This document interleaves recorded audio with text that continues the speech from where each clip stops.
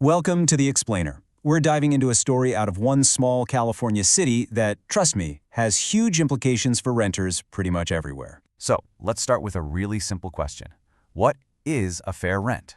Now, in Marina, California, the answer to that question isn't simple at all. In fact, it's kicked off a huge controversy that could literally change the lives of hundreds of people. Yeah, this comment from a Marina City Council member really gets right to the heart of it. You've got these two housing complexes, right? And some folks who've lived there a long time are paying hundreds of dollars less than their brand new neighbors. The city looks at that and says, whoa, that's a problem we have to fix. But the tenants, they're saying, hold on, you're breaking a promise. Okay, so here's our game plan. We're going to look at both sides of this thing, dig into the history of these homes, unpack the promise that was made, and then get into the really wild part, the controversial algorithm that might have changed everything. All right, let's do it. So, first up, a tale of two rents. You know, this really boils down to two totally different ways of looking at the exact same situation.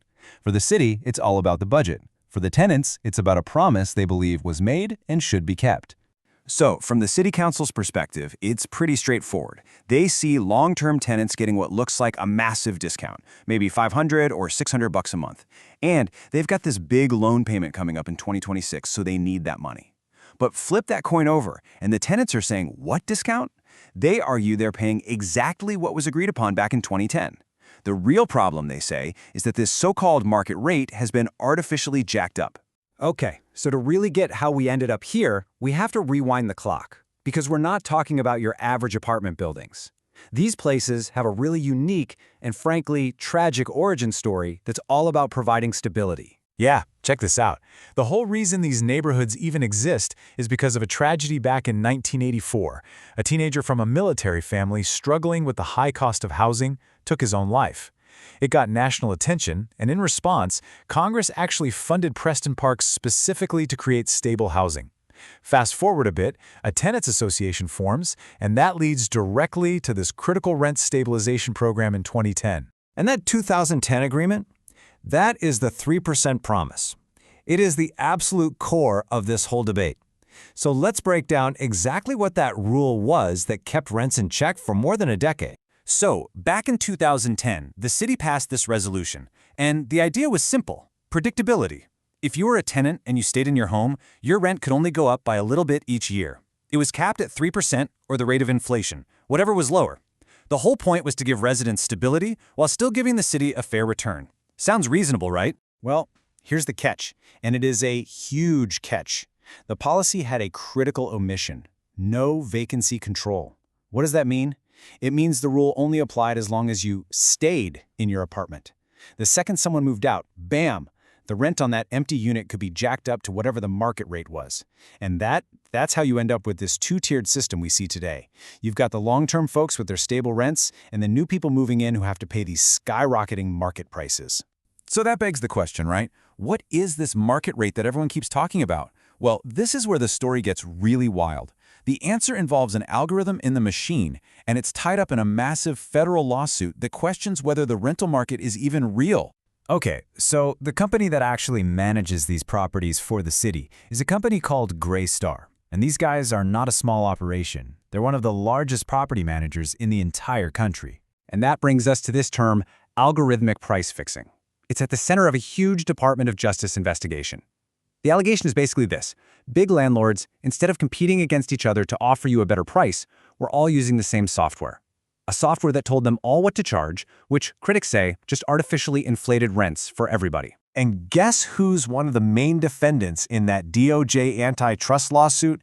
Yep, Greystar, the company managing Marina's housing. So the tenants are making a pretty powerful argument here. They're saying, you want us to pay a market rate that the federal government itself alleges was illegally jacked up by a price-fixing scheme? This is where we get to the market versus the math. And when you look at the actual numbers from 2010 to 2025, wow, it paints a stunning picture. All right, first number, 47.4%. That's the increase in the Consumer Price Index, or CPI, over this period. It's the standard way we measure inflation, you know, the cost of goods, labor, all that stuff. So costs went up by just under 50%. Now hold on. In that exact same time frame, in the exact same zip code, the HUD Fair Market Rent for a two-bedroom apartment went up 262%. I mean, just let that sink in. Not 47%, 262%. That massive gap, that is the entire debate in just 2 numbers.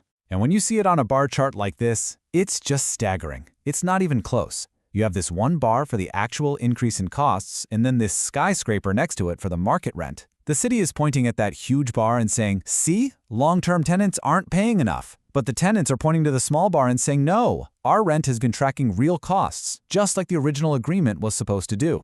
So, you see, this brings the whole community to a crossroads. This isn't just about spreadsheets and loan payments anymore. This is about a fundamental question.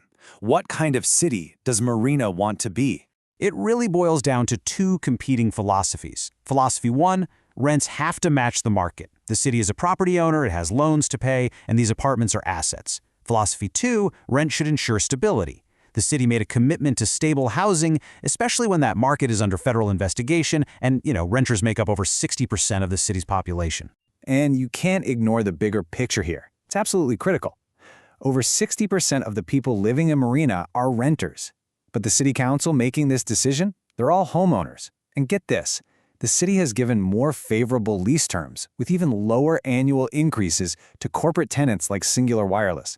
So it really makes you wonder, who are these policies designed to benefit? And so in the end, it all comes down to this one really tough question. When a market is potentially broken by price fixing, who pays the price? The people who've lived there for years or the city budget? How Marina answers that? Well, it's a question a lot of other communities might be asking themselves very, very soon.